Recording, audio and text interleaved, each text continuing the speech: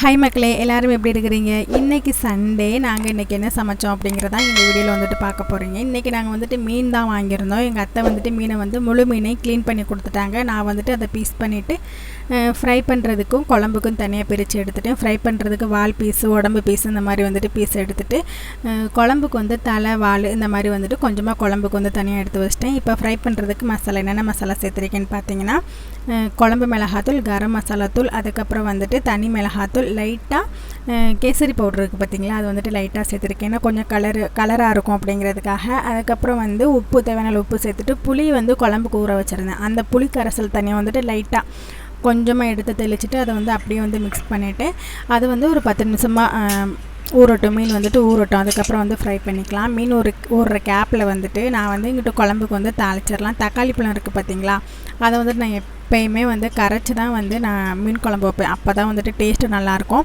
Cut பண்ணி வதக்கிட்டுலாம் நான் மீன் குழம்புல வந்துட்டு தக்காளி பழம் சேர்க்க மாட்டேன். நல்லா கரைச்சிடுவேன். கரைச்சிட்டு அது கூடவே வந்துட்டு புளியும் ஊற வச்சு நல்லா கரைச்சி அது கூட சேர்த்துட்டு அதுக்கப்புறம் வந்துட்டு குழம்பு மிளகாத்தூள், வீட்டில் அரைச்ச மிளகாத்தூள் தேவையான அளவு சேர்த்துட்டு இதை வந்துட்டு நல்லா மிக்ஸ் பண்ணிடுவேன். குழம்பு வந்துட்டு நம்மளுக்கு எந்த அளவுக்கு தேவையோ அந்த அளவுக்கு தண்ணி வந்துட்டு சேர்த்து நம்ம குழம்பு மிக்ஸ் பண்ணிக்கலாம். விஜய் வந்துட்டு மீன் குழம்பு பொடி வாங்கிட்டு வந்தாங்க.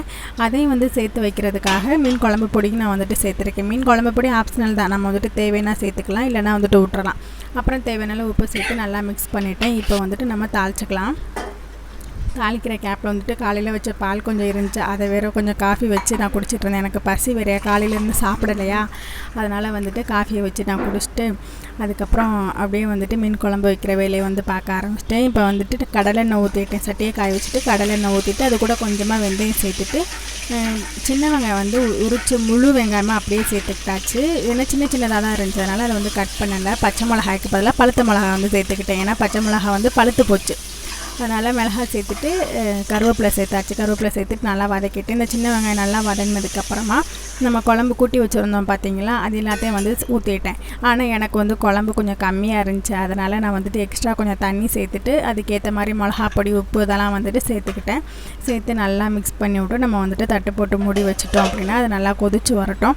இந்த குழம்பு கொதிக்கிற கேப்பில் வந்துட்டு நம்ம இந்த பக்கம் வந்து மீன் வந்து ஃப்ரை பண்ணிடலாம். இன்னொரு அடுப்பு ஃப்ரீயாக தான் இருந்துச்சு, அதில் வந்துட்டு தோசைக்கல்லை காய வச்சுட்டு எண்ணெய் ஊற்றிட்டு மீனை வந்துட்டு ஒன்றா எடுத்து வந்து போட்டு ஃப்ரை பண்ண ஆரம்பிச்சிட்டேன்.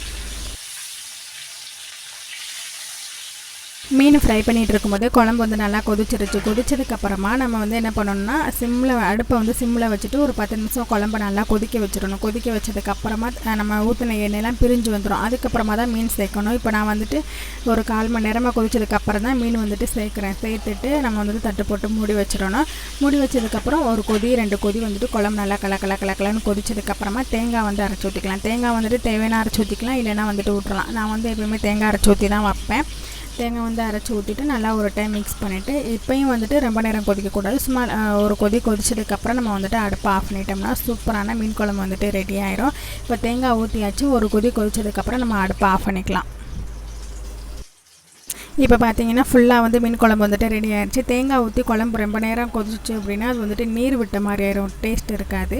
அவ்வளோதான், சாப்பாடு சமையல் வந்துட்டு வேலை முடிஞ்சிருச்சு. இப்போ வந்துட்டு சாப்பிட போகிறோம். இன்றைக்கி எங்கள் வீட்டில் என்ன சாப்பாடு அப்படின்னா, நீங்கள் ஆல்ரெடி பார்த்து தான் சுட சாப்பாடு, அதுக்கப்புறம் வந்துட்டு சூடான மீன் குழம்பு, மீன் பொரிச்சது. இதை வச்சு தான் இன்றைக்கி எங்களுக்கு சண்டே போச்சு. நீங்களாம் உங்கள் வீட்டில் என்ன சமையல் சண்டே இன்றைக்கி சாப்பிட்டீங்க அப்படிங்கிறத கமெண்ட்டில் சொல்லுங்கள். அப்புறம் வீடியோ பிடிச்சிருந்துச்சுன்னா ஒரு லைக் பண்ணுங்கள். அப்புறம் தொடர்ந்து நம்ம சேனலை வந்துட்டு சப்போர்ட் பண்ணுங்கள், சப்ஸ்கிரைப் பண்ணுங்கள். நம்ம சேனலில் வர வீடியோஸ்லாம் எப்படி இருக்குது அப்படின்ட்டு கமெண்ட்டில் சொல்லுங்கள். ஓகே, டாட்டா, பாய்.